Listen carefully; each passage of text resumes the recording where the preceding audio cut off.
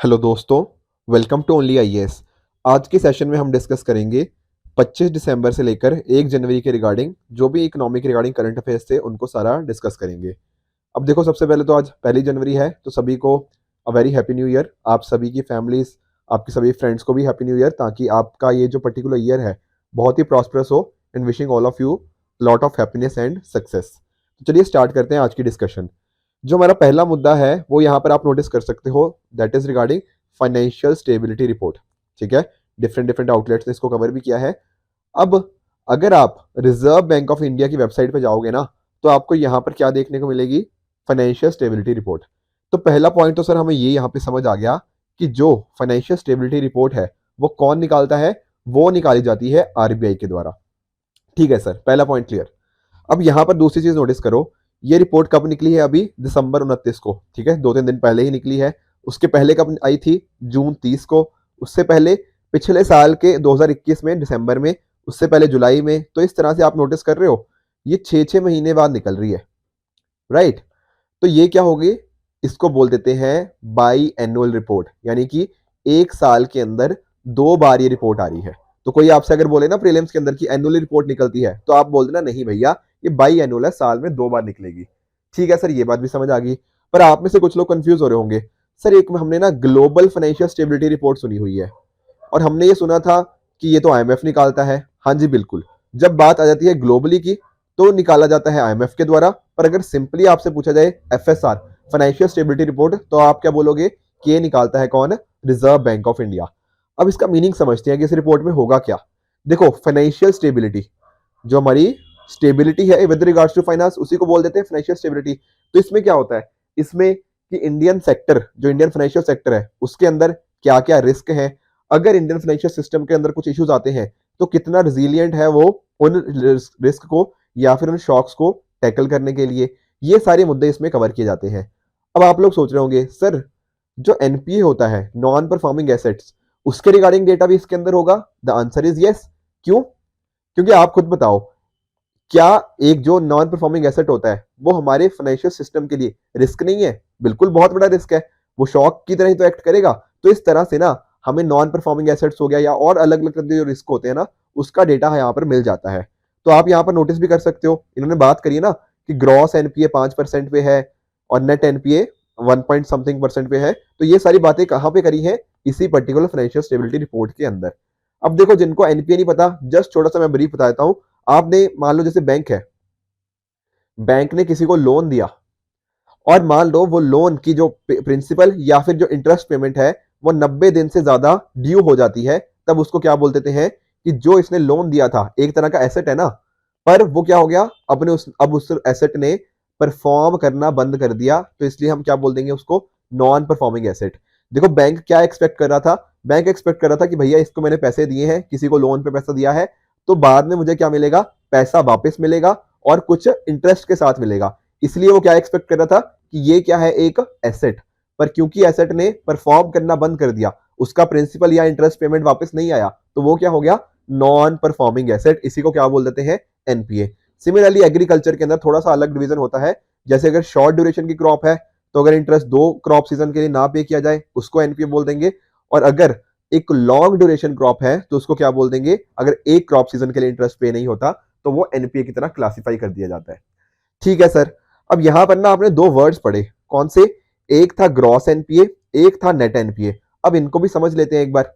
देखो, होता क्या है ना, दरअसल में एक होते हैं हमारे पास ग्रॉस एनपीए, ठीक है, जो कि total amount of NPA. Gross of word आपने, आई एम वेरी श्योर आपने लाइफ में ना सुना होगा ग्रॉस वर्ड पहले कभी ना कभी, कि ग्रॉस वैल्यू इतनी है, उसमें से कुछ माइनस कर देते हैं तो हमारे पास क्या वैल्यू आ जाती है? नेट आ जाती है। ये देखा होगा कई बार आपने, कई बिलिंग सिस्टम पे भी देखा होगा, ग्रॉस वैल्यू इतनी, उसमें से कुछ डिस्काउंट कर दिया, फिर आ जाता है नेट वैल्यू। ठीक है ना? सेम चीज एनपीए के अंदर होती है। एक बार हमें पता लग गया कि टोटल एनपीएस है कितने, उसको क्या बोल देंगे? Gross net non performing assets. ठीक है। अब एक वर्ड यहां पर आता है प्रोविजनिंग। अब इसको समझो, प्रोविजन को। मान लो जैसे एक बैंक है, अब बैंक ने किसी को कुछ पैसा लेंड करना है, मान लो मुझे लेंड किया। अब बैंक ना देख लेते हैं कि यार ये बंदा कैसा है, और उसी तरह से ना एक दिमाग में अपने एक पिक्चर बना लेते हैं। एक दिमाग में इन्होंने सोच लिया कि यार अच्छा, इसको 1 लाख रुपया दिया, हो सकता है कल को ये पैसा वापस ना आए। तो बैंक पता क्या करता है, बैंक कुछ पैसा अलग से रख लेते हैं, एक सर्टेन अमाउंट ऑफ मनी ना वो अलग से रख लेते हैं। क्यों रख लेते हैं कि अगर मान लो कल को इस बंदे ने पैसा वापस नहीं दिया तो थोड़ा बहुत हमारे पास ना बफर पड़ा हुआ है, इधर अलग से थोड़ा सा अमाउंट पड़ा हुआ है कि कल को कुछ लॉस हो जाए, कुछ और इश्यू हो जाए तो हमारे पास अलग से पैसा पड़ा हुआ है। उसको क्या बोल देते हैं, प्रोविजनिंग करना। ठीक है, तो उन्होंने प्रोविजन कर दिया, अलग से पैसा रखा हुआ है। तो टेक्निकली अगर आप नोटिस करोगे ग्रॉस एनपीए क्या थे, जो भी टोटल अमाउंट ऑफ एनपीएस होते हैं वो, उसमें से कुछ वो अमाउंट हमने माइनस कर दिया जो बैंकों ने थोड़ा सा अलग रखा हुआ है, ये सोचते हुए कि कुछ फ्यूचर में अगर कुछ लॉस हो जाता है तो उसको हम ओवरकम कर पाए। तो वो जो फाइनल नंबर बनता है उसी को बोल देते हैं नेट एनपीए। आ गया समझ? तो नेट एनपीए हुआ क्या, gross non performing asset minus the provisioning. अब ये माइनस क्यों किया, इसीलिए किया ना क्योंकि देखो हमें नेट नंबर ढूंढना था, और हमने क्योंकि पैसा अलग रखा हुआ है उसको आप फ्यूचर में यूज कर लेंगे तो उससे क्या मिल जाएगा, नेट एनपीए। ठीक है ना, तो इस तरह से ये चीजें आपको पता होनी चाहिए कि नेट क्या होता है, ग्रॉस क्या होता है। अब यहां पर अगर आप ये जो आरबीआई की रिपोर्ट थी, फाइनेंशियल स्टेबिलिटी रिपोर्ट, उसके अंदर जाओगे उसमें आपको नोटिस करने को मिलेगा कि जो हमारा जीएनपीए, जीएनपीए क्या है, ग्रॉस एनपीए रेशो, वो कितनी है अभी currently 5%। Whereas on the other hand जो नेट नॉन परफॉर्मिंग एसेट की रेशो है वो क्या है, 1.3%। ठीक है, इस तरह से आप देख सकते हो फॉरेन बैंक हो गया, private bank, public sector banks, इन सभी का डेटा बता रखा है। पर सभी का डेटा याद करने की जरूरत नहीं है, आप सिंपली ये नंबर ध्यान रखो कि करंटली नंबर क्या है, ये 5%। और आप देखो मार्च 2021 में ये नंबर ज्यादा था, मतलब 6% से भी ज्यादा था। फिर ये सितंबर 2021 की बात है, ये मार्च 2022 की बात है, और ये बात है सितंबर 2022 की। तो कंसिस्टेंटली ना हमारे यहाँ पे क्या हमें नोटिस करने को मिला है कि जो एनपीए है उसमें कमी आई है। उसी तरह से साथ में यहाँ पर भी देख लो, नेट एनपीए में भी हमें एक कमी देखने को डेफिनेटली मिल जाती है। तो सर क्या ये अच्छी चीज है या क्या ये खराब चीज है, आप खुद बताओ ना। एनपीए रेशो कम होना चाहिए तो अच्छी चीज है या फिर खराब होना चाहिए या ज्यादा होना चाहिए? ऑब्वियसली देखो अगर कम हो रहा है ना एनपीए तो वो एक अच्छी चीज है, तो डेफिनेटली ये इंडिया के लिए एक पॉजिटिव न्यूज की तरह आप मानकर चल सकते हो। इस रिपोर्ट में देखो, ठीक है ना, ये नंबर सारे नेट एनपीए, ये सारे नंबर मैंने यही से आपको दिए हैं। अब यहाँ पर देखो बात करी है इन्होंने साथ ही साथ कुछ मैक्रो फाइनेंशियल रिस्क की, कि जो ग्लोबल इकोनॉमी है वो काफी सारे उसके कॉरस्पॉन्डिंग इश्यूज आ रहे हैं, रिसेशन का एक खतरा आ रहा है, जो फाइनेंशियल कंडीशन है उसको टाइटन किया जा रहा है। ठीक है ना, तो इस तरह के कंडीशंस हमें यहाँ पर देखने को मिल जाती हैं। पर इंडिया के अंदर क्या है, इंडिया के अंदर जो फंडामेंटल्स है, जो मैक्रो इकोनॉमिक हमारे फंडामेंटल्स है, ठीक है, वो स्ट्रांग है। तो हम एक्सपेक्ट कर सकते हैं कि इंडिया, इतना इंपैक्ट इंडिया पे नहीं आएगा। हो सकता है जैसे फॉर एग्जांपल कंट्रीज जैसे यूएस हो गया या बाकी कंट्रीज के अंदर कुछ रिसेशन आए, पर इंडिया के अंदर ऐसा नहीं आएगा क्योंकि इंडिया का फाइनेंशियल सेक्टर जो था वो ठीक है। तो जो फाइनेंशियल स्टेबिलिटी रिपोर्ट ने ना ये बोला है कि भैया फाइनेंशियल स्टेबिलिटी इंडिया की ठीक है। अब ऐसा क्यों हुआ है, क्योंकि देखो हमारे जो एसेट है जिनको हम लोन दे रहे हैं उनकी क्वालिटी के अंदर इंप्रूवमेंट आई है। ठीक है ना, इसके साथ ही साथ जो अलग अलग बैंक्स हैं उनकी प्रॉफिटेबिलिटी के अंदर हमें इंप्रूवमेंट देखने को मिल जाती है। उनके पास अच्छा खासा कैपिटल पड़ा हुआ है ताकि अलग अलग रेशियोज को वो कंप्लाई कर पाए, और साथ में ही कुछ बफर भी उनके पास अच्छा खासा है। और इन सभी वजह से हो क्या रहा है, इन्वेस्टमेंट में इंक्रीज हमें देखने को मिल जाता है। ठीक है, ये सारी बातें यहाँ पर इस रिपोर्ट के अंदर आप पढ़ सकते हो। ठीक है ना, पढ़ने की जरूरत नहीं है, एक्चुअल में रिपोर्ट बहुत लंबी है। ठीक है, आई थिंक 150-200 पेजेस की है, तो आपको ज्यादा पढ़ने की जरूरत नहीं है। जो इंपॉर्टेंट चीजें थी ना मैंने आपको बता दी। कभी मेंस के अंदर कोड करना हो तो आप इन नंबर्स को कोड कर सकते हो कि एनपीएस हमारे यहाँ कम हो रहे हैं। इसके अलावा देखो एक, ठीक है, ये बता दिया मैंने कि सेमी एनुअल है, बेसिकली एक साल में 2 बार। उसके साथ ही आप नोटिस कर सकते हो कि एक ना हमें यहाँ पे एफएसडीसी का जिक्र हुआ है, financial stability and development council. अब आप सोच रहे होंगे कि सर ये एफएसडीसी क्या है, कोई बात नहीं, मैं बता देता हूँ। देखो एफएसडीसी ना एक तरह की क्या है, एक सुपर रेगुलेटरी बॉडी है। समझने की कोशिश करना, हमारे पास देखो बहुत सारे रेगुलेटर्स होते हैं। ठीक है, ये वर्ड है ना रेगुलेटर्स, बहुत सारे रेगुलेटर्स हैं। रिजर्व बैंक ऑफ इंडिया है, सेबी हो गया, ठीक है ना, इंश्योरेंस के लिए है इडा हो गया। ठीक है, तो इस तरह से बहुत सारे पीएफआरडी है पेंशन वाला। तो इस तरह से बहुत सारे हमारे यहाँ पे रेगुलेटर्स हो जाते हैं। पर आप खुद सोचो इतने सारे रेगुलेटर के बीच में एक तरह का कोऑर्डिनेशन होना चाहिए, नहीं होना चाहिए?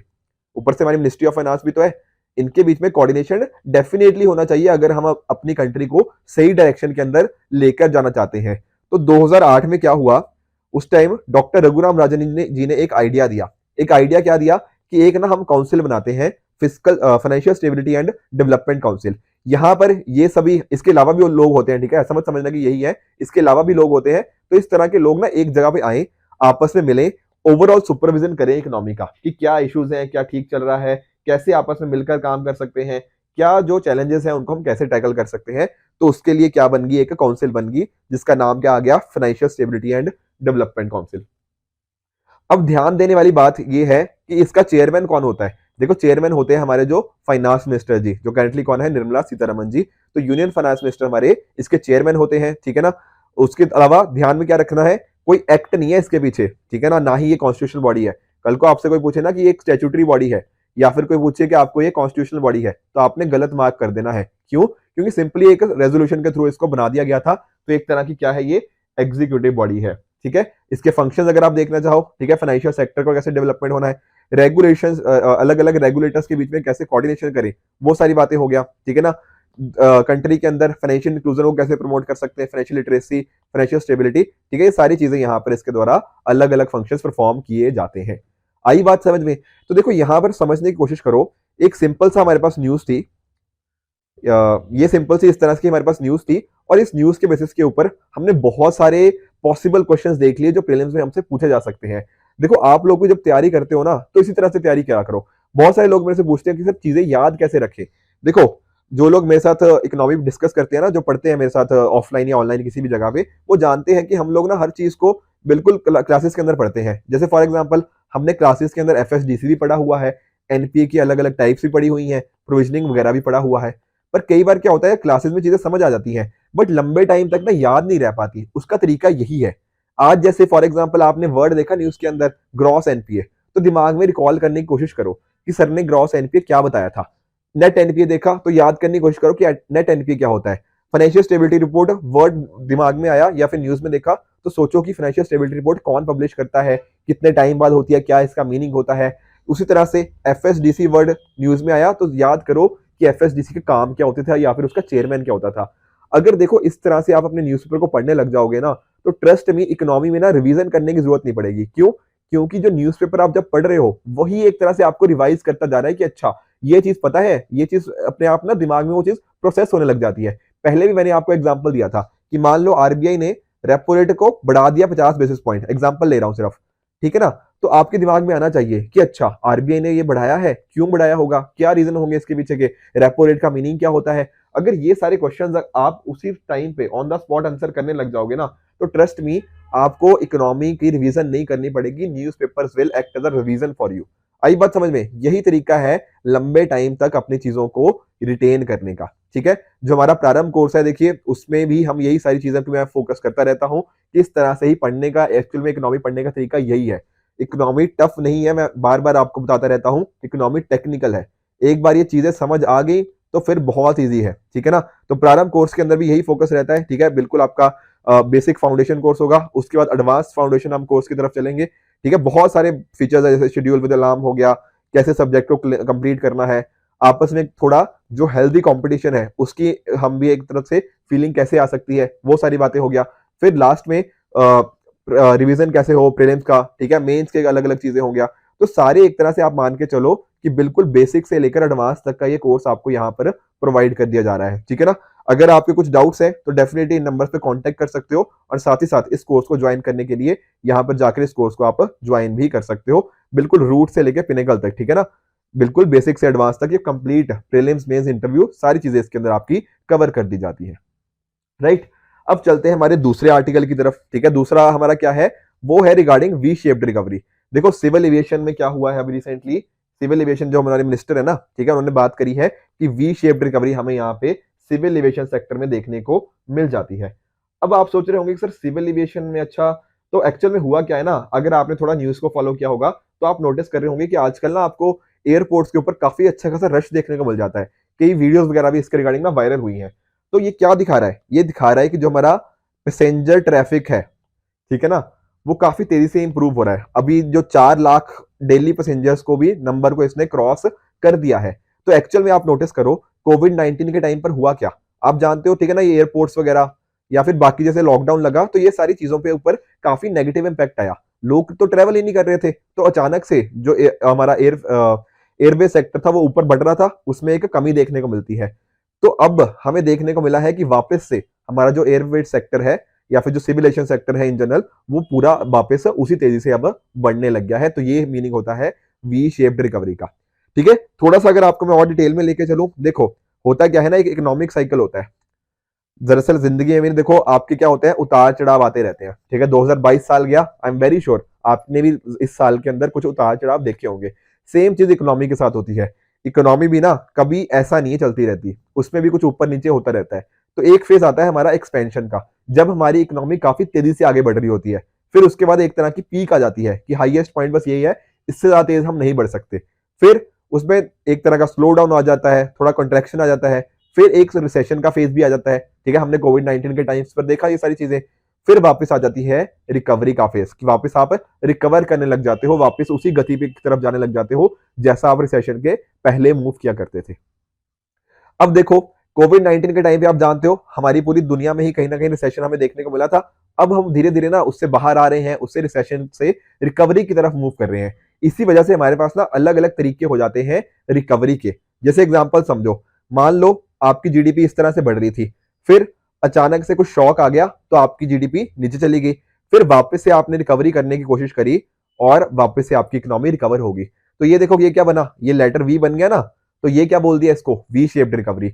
उसी तरह से एक क्या होता है आपकी यू शेप्ड रिकवरी, कि ऐसे आपकी जीडीपी जा रही थी, फिर किसी शॉक की वजह से अचानक से जीडीपी नीचे आई, फिर धीरे धीरे धीरे करते हुए क्या हुआ, आपकी इकोनॉमी वापस से उसी रफ्तार से आने लगी। तो सर यू, इसको बोल दें क्या, यू शेप्ड रिकवरी। अब आप सोच रहे होंगे सर वी और यू में फर्क क्या हुआ। देखो वी में पता क्या हुआ, आपकी इकोनॉमी अचानक से नीचे आई, फिर अचानक से वापस ऊपर भी आ गई। पर यू में क्या हुआ, आपकी इकोनॉमी नीचे आई, फिर धीरे धीरे धीरे करते करते करते वापस गई है। तो काफी ना स्लो रिकवरी होती है, काफी टाइम लग जाता है यहाँ पे। यहाँ पर वी के अंदर टाइम बहुत ही कम लगता है, यू के अंदर टाइम ज्यादा लग जाता है, ठीक है।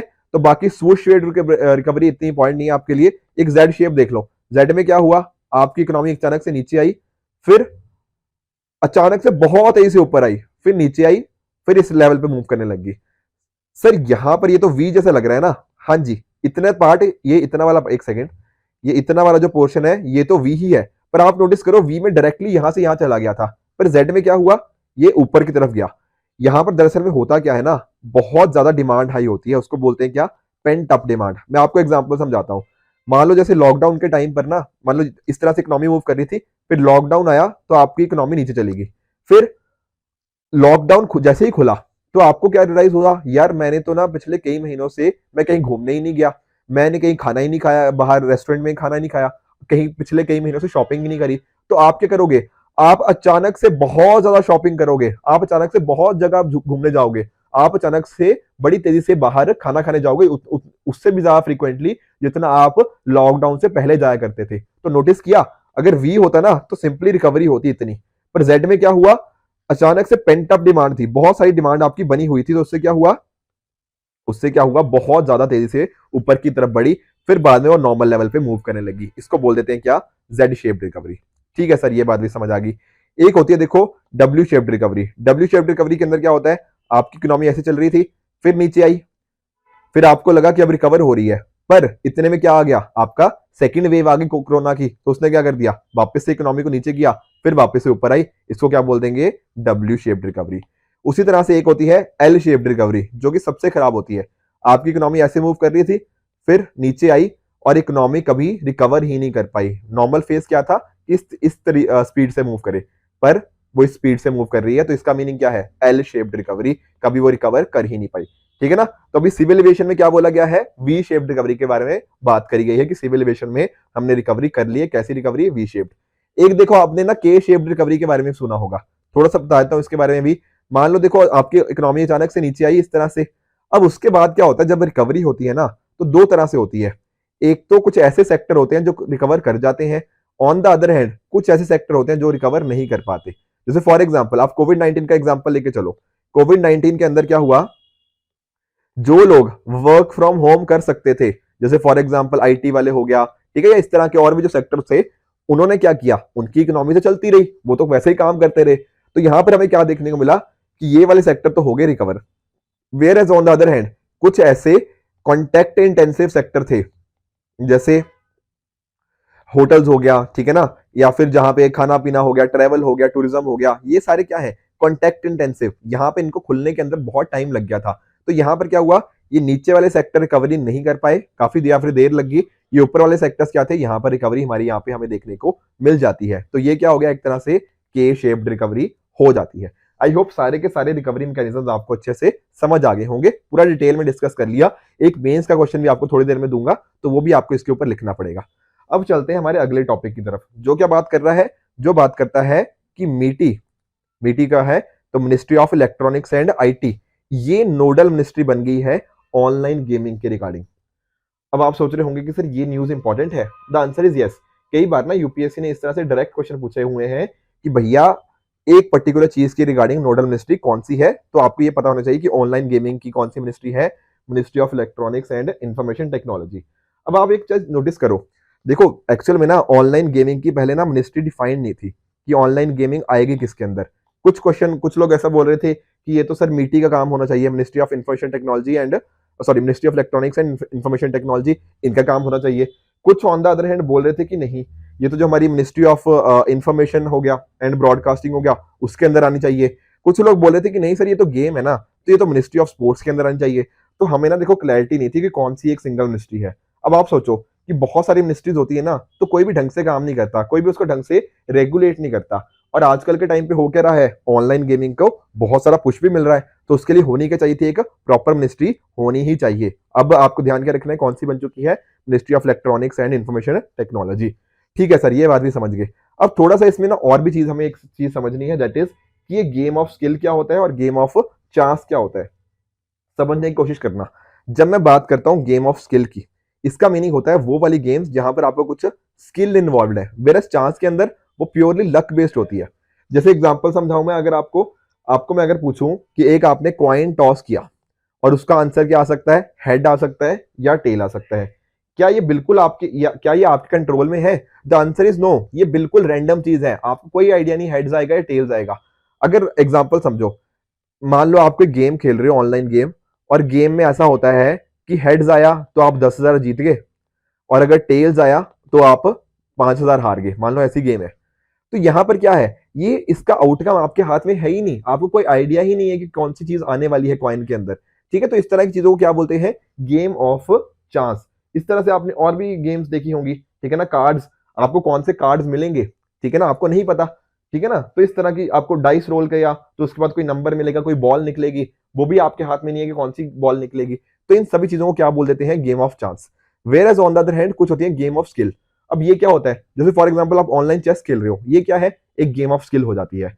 उसी तरह से आपने जो कुछ फैंटेसी गेम्स खेली होंगी, ठीक है, क्रिकेट के कॉरस्पॉन्डिंग, मान लो आपको 11 प्लेयर्स की एक टीम बनानी है जिसमें इंडिया और ऑस्ट्रेलिया के दोनों मेंबर हो, मान लो इंडिया ऑस्ट्रेलिया का कोई मैच चल रहा है, तो यहाँ पर ना आपको थोड़ा स्किल टेस्ट हो रहा है। आपको देखना पड़ेगा कि अच्छा ये वाली पिच है, यहाँ पर कौन अच्छा खेलता है, उसको मैं अपनी टीम में रखूं, उसको अपना कैप्टन बनाऊं। ठीक है, जो लोग फैंटेसी गेम्स खेलते हैं वो आई एम वेरी श्योर वो रिलेट कर पा रहे होंगे। तो इस तरह की गेम्स को क्या बोलते हैं, गेम ऑफ स्किल। ठीक है ना, तो हमारी जो रेगुलेशंस होती है ना, अलग अलग गवर्नमेंट जो रेगुलेशन करती है वो उस हिसाब से करती है कि क्या वो गेम ऑफ चांस है, क्या वो गेम ऑफ स्किल है। उस हिसाब से हम इनको रेगुलेट करते हैं, उस हिसाब से हम चीजें देख सकते हैं कि किसको हमें करना है, किसको नहीं करना। बहुत सारी चीजें ना इसके अंदर ये गैम्बलिंग के अंदर आ जाती है। ठीक है, फिर अलग अलग स्टेट गवर्नमेंट उस हिसाब से उसको बैन कर देती है। तो ये रेगुलेशन का प्रोसेस क्या है वो मैंने आपको समझा दिया, गेम ऑफ चांस और गेम ऑफ स्किल के रिगार्डिंग। दूसरी चीज ये ध्यान में रखना कि मीटी अब इसकी नोडल मिनिस्ट्री बन चुकी है, किसकी, ऑनलाइन गेमिंग की। ठीक है सर, ये टॉपिक भी समझ आ गया। अब चलते हैं अगले टॉपिक की तरफ, जो क्या है, इंडिया ऑस्ट्रेलिया के रिगार्डिंग जो ईसीटीए अभी साइन हुआ है। ठीक है ना, अब ये ईसीटीए क्या है sir, economic cooperation and trade agreement. ठीक है, तो इंडिया और ऑस्ट्रेलिया के बीच में ये साइन होते हुए हमें देखने को मिल जाएगा। अब देखो इसकी इंपॉर्टेंस क्या है, आप खुद सोचो, जो इस तरह का एग्रीमेंट एक तरह का साइन हुआ है, एक तरह का ना प्रॉपर मैकेनिज्म बन गया दोनों कंट्रीज के बीच में।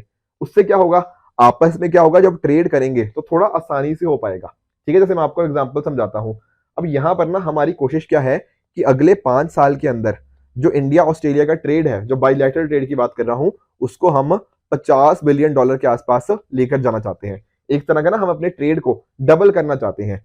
अब आप खुद सोचो कि इंडिया से चीजें आसानी से ऑस्ट्रेलिया जा पा रही हैं, ठीक है ना, सेम चीज ऑस्ट्रेलिया से इंडिया में हो रही है, तो इंडिया के अंदर जो चीजें एक्सपोर्ट करेंगे इंडिया, यहाँ पर भी इंडियंस को क्या बनेगा, रोजगार मिलेगा या नहीं मिलेगा, तो एम्प्लॉयमेंट यहाँ पर भी जनरेट होती है, आप इसके साथ भी जनरेट होगी, तो दोनों कंट्रीज के आपस में रिलेशन भी बढ़ते हैं, ऊपर से इन्वेस्टमेंट हो गया, ठीक है ना, स्टार्टअप्स को प्रमोशन, ये सारी चीजें हमें देखने को मिल जाती हैं। ध्यान में क्या रखना है, देखो इंडिया यूएई का भी ना इस साल ही हमने जो कॉम्प्रिहेंसिव इकोनॉमिक पार्टनरशिप एग्रीमेंट जो सेपा वो होते हुए देखा था। तो इंडिया ने यूएई के साथ भी किया था, अब इंडिया ने किसके साथ कर लिया है, ऑस्ट्रेलिया के साथ। ठीक है ना। इसके साथ ही अगर आप नोटिस करोगे ना तो बहुत सारे इंडिया के नियरली 100% जो प्रोडक्ट्स हैं उनको कुछ बेनिफिट्स मिलने वाले हैं ऑस्ट्रेलियन मार्केट का, एक तरह से जो मार्केट एक्सेस है वहां का वो इंडियन प्रोडक्ट्स को वहां पे मिल जाएगा। ठीक है, 100% प्रोडक्ट्स को। ऑन द अदर, जो बेसिकली टैरिफ लाइंस की बात कर रहा हूँ, ऑन द अदर हैंड जब बात करें ऑस्ट्रेलिया की तो नियरली 70% के अंदर हमें ये देखने को मिल जाएगा। बाकी भी बहुत सारी चीजें हैं कि इसके अंदर जो सैनिटरी एंड फाइटोसैनिटरी बैरियर्स है उसको कैसे कम कर सकते हैं, तो वो सारी बातें भी यहाँ पर करी गई हैं।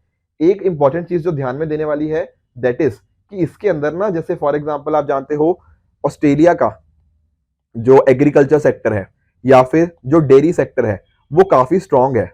अगर सोचो वो लोग यहाँ पर आके एग्रीकल्चर और डेयरी प्रोडक्ट्स अपने सेल करते तो हमारे किसानों को काफी नुकसान होता। तो इस वजह से ये चीजें ईसीटीए के बाहर है। ये बात ध्यान में रख लेना कि इंडिया ने लगभग 70% टैरिफ लाइंस का दिया है, पर ये जो प्रोडक्ट्स है एग्रीकल्चर प्रोडक्ट्स, डेयरी सेक्टर जो इंडिया के लिए काफी सेंसिटिव है, तो वो चीजें यहाँ पर हमें नहीं देखने को मिलेंगी। तो काफी अच्छा ये ईसीटीए दोनों कंट्रीज के लिए साबित हो सकता है। राइट। तो ये कुछ मुद्दे थे जो हमें आज डिस्कस करने थे। अब जो लास्ट वीक मैंने आपको कुछ क्वेश्चंस दिए थे उनको क्विकली हम एक बार देख लेते हैं। देखो ये वाला क्वेश्चन दिया था मैंने आपको कि कैपिटल बजट के अंदर हमारी गवर्नमेंट के अंदर क्या क्या इंक्लूड होता है। क्विकली मैं आपको थोड़ा समझा देता हूं। ठीक है, जैसे मान लो ये हमारी गवर्नमेंट का बजट है, एक इसके अंदर पार्ट क्या होता है, एक होता है रेवेन्यू बजट होता है, एक होता है क्या, कैपिटल बजट। ठीक है सर। अब देखो जो कैपिटल बजट होता है इसके अंदर क्या होता है, मैं थोड़ा तेज चल रहा हूं क्योंकि देखो आई एम वेरी श्योर आप सभी को पता होगा कैपिटल बजट के अंदर ना एसेट या लाइबिलिटी के अंदर कुछ ना कुछ चेंजेस आते हैं, वेयर एज रेवेन्यू बजट के अंदर ये सारी चीजें नहीं होती। तो रेवेन्यू बजट को हम फर्दर कैसे कैटेगराइज कर देते हैं, एक आ जाती है रेवेन्यू रिसिप्ट आ जाती है, एक आ जाता है रेवेन्यू एक्सपेंडिचर। रिसिप्ट मतलब पैसा आना, एक्सपेंडिचर मतलब पैसा खर्च होना। सेम चीज कैपिटल बजट के अंदर देखने को मिलती है, एक होती है कैपिटल रिसिप्ट, एक होता है capital budget, sorry capital expenditure. ठीक है। देखो अगर बेसिक्स नहीं पता ना तो थोड़ा नहीं समझ आएगा क्योंकि मैं क्विकली जा रहा हूँ, अभी मैं आपको बेसिक्स तो नहीं पढ़ा पाऊंगा कैपिटल क्या है, थोड़ा थोड़ा आइडिया देता जा रहा हूँ। अब यहाँ पर नोटिस करो कैपिटल बजट के अंदर क्या चीजें आएंगी, एसेट और लाइबिलिटी के अंदर जो भी चेंजेस आएंगे। जैसे फॉर एग्जाम्पल आप यहाँ पे नोटिस करो, पहला ऑप्शन क्या है, जो भी एसेट एक्वायर करने के लिए खर्चा हो रहा है, बिल्कुल रोड बिल्डिंग मशीनरी, क्या ये कैपिटल बजट के अंदर आएगा? हाँ जी भैया, इससे एसेट लाइबिलिटी में फर्क आएगा। ठीक है ना, एसेट को एक्वायर किया हमने, बिल्कुल आएगा। तो स्टेटमेंट 1 तो बिल्कुल ठीक है। सेम चीज हम लोन्स और एडवांसेस को कहां पे कैटेगराइज करते हैं, लोन्स एंड एडवांसेस देखो कैपिटल बजट में ही आएंगे ना, तो बिल्कुल ठीक है ना। आप जानते हो देखो बेसिक्स अगर पता है ना कि लोन्स क्या होते हैं, लोन्स क्या एक तरह का एसेट है ना, क्योंकि आपने सामने वालों को एक तरह का लोन दिया हुआ है, फिर वहां से पैसा आएगा। ऑन द अदर हैंड अगर आपने किसी से लोन लिया हुआ है तो आपको पैसा वापस करना पड़ेगा, तो एक तरह से वो क्या है, लाइबिलिटी, बट आएगी तो कहां पर, कैपिटल बजट के अंदर ही आएगी ना। तो जो भी हो ठीक है ना, तो डेफिनेटली कैपिटल बजट के अंदर ही आता है। तो आंसर क्या हो जाएगा आपका, ऑप्शन नंबर डी, 1 2 3। फिर से रिपीट कर रहा हूं, बेसिक्स अगर क्लियर है तो बहुत आसान क्वेश्चन था, क्विकली मैंने थोड़ा समझा दिया ताकि जिनको थोड़ा सा रिवाइज करना था वो समझ आ जाएगा। अगर आपने ये वर्ड्स आज से पहले कभी नहीं सुने तो डेफिनेटली देखो नहीं समझ आएगा, क्योंकि ये थोड़ा लंबा स्टेप है। ठीक है, इसको आधा घंटा लग जाएगा मुझे समझाने के अंदर अगर मैं आपको डिटेल में समझाने लगूं, बट ठीक है। उसी तरह से ये क्वेश्चन मैंने आपको दिया था। ठीक है, कुछ लोगों ने इसको अटेम्प्ट किया, कुछ लोग आई थिंक थोड़े लेथार्जिक हो गए, उन्होंने इस क्वेश्चन का आंसर नहीं दिया। बट देखो एक चीज होती है हमारे पास, fiscal deficit, budget deficit, revenue deficit और प्राइमरी डेफिसिट। तो देखो रेवेन्यू डेफिसिट क्या होगा, रेवेन्यू डेफिसिट तो सिंपल है, ये क्या मीनिंग होता है, आपका जो भी रेवेन्यू एक्सपेंडिचर था माइनस रेवेन्यू रिसिप्ट, आपने कितना खर्च किया माइनस कितना आपका रेवेन्यू रिसिप्ट थे। ठीक है, तो इसी को क्या बोल देते हैं, रेवेन्यू डेफिसिट। तो इसका तो देखो सिंपल आंसर आ गया, excess of revenue deficit over revenue receipt. तो देखो सी का आंसर तो आ गया 2। ठीक है सर। उसी तरह से एक क्या है, और क्या वर्ड्स है, फिस्कल डेफिसिट है। ठीक है, तो फिस्कल डेफिसिट मान लेते हैं। फिस्कल डेफिसिट क्या होता है, देखो एक होता है बजट डेफिसिट, पहले तो बजट डेफिसिट सुन लो। बजट डेफिसिट होता है टोटल आपका कितना खर्चा है माइनस टोटल आपका कितना रेवेन्यू था, बेसिकली टोटल रिसिप्ट कितनी थी। ठीक है, तो इसके अंदर सारा कुछ आ जाएगा। तो बजट डेफिसिट के अंदर क्या होता है, सारा कुछ, basically capital expenditure plus revenue expenditure minus capital receipt plus revenue receipt, इसी को क्या बोल देते हैं, बजट डेफिसिट। तो ये क्या हो गया, ये हो गया excess of total expenditure over total receipt. तो भैया बजट डेफिसिट का आ गया, बी का आ गया 1। ठीक है, अब यहां पर आप एक चीज नोटिस करो, जो बोरोइंग होती है, बेसिकली जो किसी से आपने लोन लिया हुआ है, आप एक चीज इमेजिन करो, जैसे आपने किसी से लोन ले लिया, अब लोन की वजह से हो क्या रहा है, आपकी जेब में पैसा आ रहा है। मान लो आपने 1 लाख का लोन लिया, तो आपकी जेब में पैसा आ गया ना 1 लाख, क्योंकि लोन से आपने पैसा कमाया, पैसा मिला है आपको। पर क्या आप इसको अपनी कमाई की तरह शो करोगे? आपने बैंक से लोन ले लिया और आपने बोल दिया कि अच्छा मेरी जेब में पैसा तो आ गया, पर आप ऐसा बोलोगे क्या कि मैंने 1 लाख रुपया कमा लिया है? नहीं। तो इस वजह से होता क्या है ना, जब हम बात कर लेते हैं किसकी, फिस्कल डेफिसिट की, तब हम इस चीज को इंक्लूड नहीं करते। तो फिस्कल डेफिसिट क्या होता है, बजट डेफिसिट में से जब हम बोरोइंग को निकाल देते हैं उसको बोल देते हैं क्या, फिस्कल डेफिसिट। तो यहां पर आप नोटिस कर सकते हो ए का क्या हो जाएगा, फिस्कल डेफिसिट क्या क्या हो जाएगा, 3। Total borrowing over total expenditure, basically ये क्या हो गया, बजट डेफिसिट माइनस बोरोइंग्स। ठीक है, तो इसी का मीनिंग क्या हो गया, फिस्कल डेफिसिट। उसी तरह से सेम चीज प्राइमरी डेफिसिट का ये वाला आंसर आ जाएगा। मैंने यहां पर सारी चीजें लिख भी रखी हैं, आप क्विकली यहां पर पढ़ भी सकते हो। अब प्राइमरी डेफिसिट अगर समझना हो ना, मैं थोड़ा सा ऐसे समझा दूं। मान लो आप नोटिस करो, आज मान लो हमारी ना सेंट्रल गवर्नमेंट में एक नई सरकार बन गई, एग्जाम्पल लेके चल रहे हैं। पर आप खुद सोचो, इसने कुछ पैसा कमाया और इससे कुछ पैसा जाता है, ठीक है ना, बेसिकली इसका कुछ रिसिप्ट है और इसके कुछ एक्सपेंडिचर होंगे, बिल्कुल। पर अगर आप नोटिस करोगे, ये सरकार आज बनी है, पर इसका ना एक अच्छा खासा खर्चा पता क्या होगा, इसका एक अच्छा खासा खर्चा होगा जो आज तक की सरकारों ने, मान लो आज 2023 की बात कर रहे हैं, तो आज तक 1947 से लेकर आज तक जितनी भी सरकारें हैं, उन्होंने कुछ ना कुछ लोन लिया होगा, बिल्कुल लिया होगा। और इस पर्टिकुलर सरकार को उसके ऊपर क्या देना पड़ेगा, इंटरेस्ट भी तो देना पड़ेगा। जैसे आप सोचो, आप हो, आपको अगर आपके पिताजी ने कोई लोन लिया था या आपके दादाजी आपके परदादा ने कुछ लोन लिया था, तो टेक्निकली उसका इंटरेस्ट कौन पे करेगा, आपको ही पे करना पड़ेगा। सेम चीज यहां पे नोटिस करो, जो आज सरकार बनी है उसको ये पिछली सभी सरकारों ने जितना लोन लिया था उनका कुछ इंटरेस्ट भी तो देना पड़ेगा, बिल्कुल देना पड़ेगा। तो ये सरकार सोचेगी यार मेरा एक अच्छा खासा पैसा तो इसी में निकल जाता है, तो उसके लिए ना हमने एक टर्म बना दी, दैट इज प्राइमरी डेफिसिट। अब प्राइमरी डेफिसिट में क्या होता है, एक तो आपने फिस्कल डेफिसिट ले लिया, उसमें से माइनस कर दिया क्या, interest payment on the earlier borrowings, आज तक जितना भी बोरो हुआ है उसके ऊपर इंटरेस्ट पेमेंट को माइनस कर दिया, तो नेट नंबर क्या आपके पास आ गया, that is primary deficit. I hope चारों के चारों टर्म्स आपको अच्छे से समझ आ गए होंगे। देखो आई अंडरस्टैंड थोड़े टेक्निकल टर्म्स है, पर मैं एक्सपेक्ट कर रहा हूँ कि ये चीजें आपने अपने जो भी आप स्टैटिक जहां से भी आपने पढ़ा है वहां पर आपने वेरी श्योर पढ़ी होंगी। जिन लोगों ने मेरे से पढ़ा हुआ है वहां तो हमने बहुत डिटेल में हमने डिस्कशन करी ही हुई है, ठीक है ना। यूट्यूब पे देखो इतना होता है कि इकोनॉमी, अदरवाइज मैं अगर बहुत ज्यादा स्टैटिक में चला जाऊंगा ना, तो ये सेशन जो मैं कोशिश करता हूँ 40 मिनट के आसपास का, वो 1 घंटा 2 घंटा ऐसे जाने लग जाएगा, ठीक है ना। तो उतना मैं डिटेल में डिस्कस नहीं कर पाऊंगा, बट अदरवाइज आप नोटिस करो जो इंपॉर्टेंट चीजें थी मैंने आपको यहाँ पर बता ही दी है, राइट। एक ये क्वेश्चन दिया था मैंने, तीसरा क्वेश्चन, कि फिस्कल स्टिमुलस के अंदर क्या क्या चीजें इंक्लूड होती थी। तो फिस्कल स्टिमुलस के अंदर क्या करना है, एक तरह से गवर्नमेंट एक पैकेज दे रही है ताकि लोग ज्यादा स्पेंड करें, ज्यादा खर्च करें। तो ज्यादा खर्च कब करेंगे, लोगों के हाथ में ज्यादा पैसा कब रहेगा, जब गवर्नमेंट टैक्स रेट को कट करेगी, बिल्कुल, ठीक है, लोगों के हाथ में पैसा ज्यादा बचेगा। उसी तरह से अगर गवर्नमेंट अपनी स्पेंडिंग बढ़ाती है तब भी गवर्नमेंट खर्च ज्यादा कर रही है, तो गवर्नमेंट मार्केट में डिमांड को रेस करना चाहती है, तो वो बात भी ठीक है। वेयर एज सब्सिडीज को अगर अबॉलिश कर दिया गया, नहीं भैया, सब्सिडीज ज्यादा देंगी तो लोगों को ज्यादा फायदा होगा ना कि अबॉलिश करने के अंदर। तो आंसर क्या हो जाएगा इसका, ए 1 और 2 ओनली, राइट है जी। तो ये थे पिछले बार के जो 3 क्वेश्चन मैं आपके साथ डिस्कस करना चाहता था, ठीक है जी। ठीक है, यहाँ पर आप देख सकते हो कि यूर जी ने यहाँ पर तीनों के तीनों एक्सप्रेशन अच्छे से दे रखी है, आप यहाँ पर वीडियो पॉज करके भी ये सारी चीजें पढ़ सकते हो। अब लास्ट वीक ना मैंने एक क्वेश्चन दिया था, investment in infrastructure is essential for more rapid and inclusive economic growth, discuss in the light of India's experience. अब यहाँ पर अगर देखो, मान लो इसको स्टार्ट करना हो तो कैसे स्टार्ट करोगे, तो यहाँ पर आप स्टार्ट कर सकते हो कि आप कोई रिपोर्ट बता सकते हो, जैसे इकोनॉमिक सर्वे हो गया, या फिर उसके अलावा जैसे पीएम गति शक्ति के अंदर हमने बोला हुआ है, ये सारी बातों के थ्रू आप यहाँ पर स्टार्ट कर सकते हो कि हाँ आने वाले 5 सालों के अंदर ना, अगर हमें देखो, अगर आप नोटिस करो, अगर हमारा गोल क्या है, $5 ट्रिलियन इकोनॉमी बनना, ठीक है ना। अगर हमें उस चीज को बनना है ना, तो डेफिनेटली हमें एक अच्छा खासा पैसा खर्च करना पड़ेगा इंफ्रास्ट्रक्चर के ऊपर। जैसे आप जानते हो पीएम गति शक्ति हो गया, ठीक है, उससे पहले नेशनल इंफ्रास्ट्रक्चर पाइपलाइन के बारे में हमने सुना हुआ है।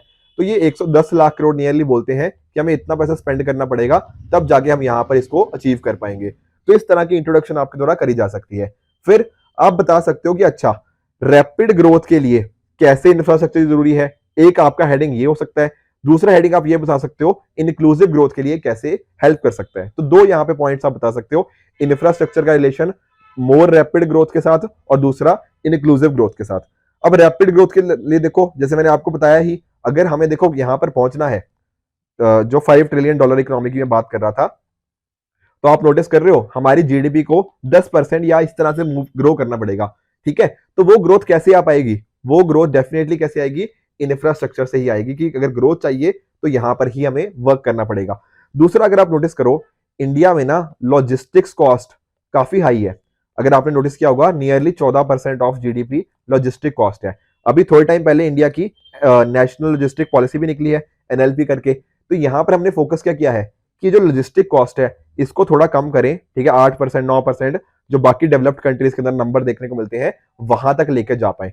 तो अगर इंफ्रास्ट्रक्चर इंप्रूव हुआ, इन्वेस्टमेंट हुई इंफ्रास्ट्रक्चर के अंदर, उससे क्या होगा, ग्रोथ बढ़ेगी ना, आपके एक्सपोर्ट बूस्ट होंगे, ठीक है ना, चीजें आसानी से वहां तक पहुंच पाएंगी, एक्सपोर्ट बूस्ट होंगे, ईज ऑफ डूइंग बिजनेस आएगा। ये सारे पॉइंट्स आप यहाँ पर लिख सकते हो। बाकी ये सारी चीजों के साथ आपका कंपटीशन भी इंप्रूव होता है, ठीक है। तो इस तरह से कुछ पॉइंट्स आप definitely, I am very sure, इसके अंदर लिख सकते हो। ऊपर से देखो, एक बार आपका ease of doing business improve हो गया ना, फिर बाहर से पैसा भी आएगा, फॉरेन डायरेक्ट इन्वेस्टमेंट आएगी, तो ये सारे मुद्दे आप कहीं ना कहीं साथ में रिलेट कर सकते हो।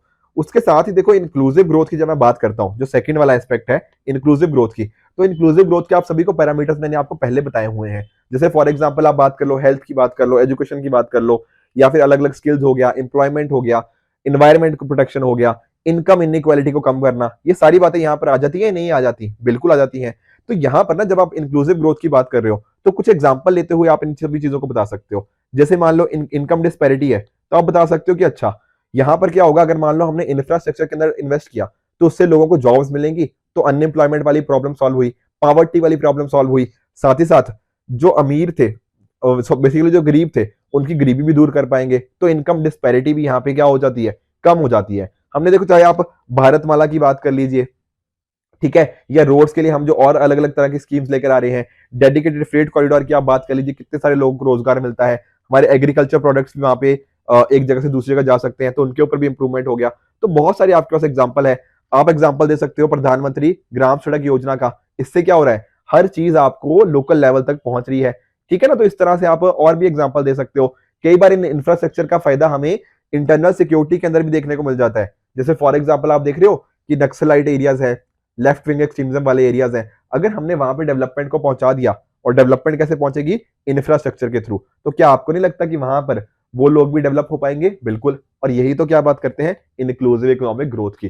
तो इस तरह से ना जब आंसर लिखना है तो बहुत सारे एग्जाम्पल के साथ लिखना है, ठीक है, ताकि ये चीज आपकी प्रूव हो जा पाए, ठीक है। तो ये सारे इस तरह से आप लिख सकते हो। फिर फाइनली कंक्लूड कर सकते हो कि थोड़े से इश्यूज हैं, और इन इश्यूज को अगर हम सॉल्व करेंगे तो इंडिया डेफिनेटली इस डायरेक्शन में मूव कर सकता है।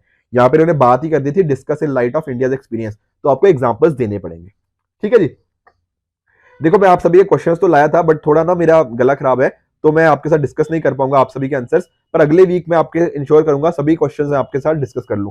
अब आज के जो क्वेश्चन आपको देखने हैं वो ये है, यूपीएससी 2018 का पहला क्वेश्चन है, इसको आप मुझे नीचे कमेंट सेक्शन में बताओगे। सेम चीज 2016 के जो क्वेश्चन है आईएफसी मसाला बॉन्ड के रिगार्डिंग, इसका आंसर भी आप मुझे नीचे बताओगे। थर्ड, ये बियर क्या मीनिंग होता है फाइनेंशियल इन्वेस्टमेंट के पर्सपेक्टिव से, इसका आंसर भी आप मुझे नीचे कमेंट सेक्शन में करोगे, ठीक है। अगले वीक के लिए क्वेश्चन ये है, मैंने आपको वी शेप्ड रिकवरी क्या होती है वो समझा दिया। अब 2021 में यूपीएससी ने क्वेश्चन पूछा था कि क्या इंडियन इकोनॉमी के अंदर वी शेप्ड रिकवरी है या नहीं है, अपने रीजंस बताओ इन सपोर्ट ऑफ योर आंसर। तो ये सारी चीजें आपको बतानी है, ठीक है। तो 3 क्वेश्चन हुए प्रीलिम्स के और एक हुआ मेंस का क्वेश्चन, ये दोनों चीजें आप मुझे नीचे बताओगे, ठीक है। आपके देखो, मैं आंसर्स लेकर आया था, मैं डिस्कस करना चाहता था, बट अभी थोड़ा ना बोलने में थोड़ी दिक्कत आ रही है, तो अगले हफ्ते डिस्कस कर लेंगे। कुछ डाउट्स भी थे आपके, ये भी आई एम इंश्योरिंग कि अगले हफ्ते में इन सभी को अच्छे से डिस्कस कर लूंगा, ठीक है फ्रेंड्स। तो ये थी आज की डिस्कशन, आई होप आपको अच्छे से समझ आई होगी। क्वेश्चंस अगले हफ्ते डिस्कस हो जाएंगे, पर मेक श्योर तीनों प्रीलिम्स क्वेश्चन एंड मेंस का क्वेश्चन जो है उसको नीचे आप आंसर करो कमेंट सेक्शन के अंदर,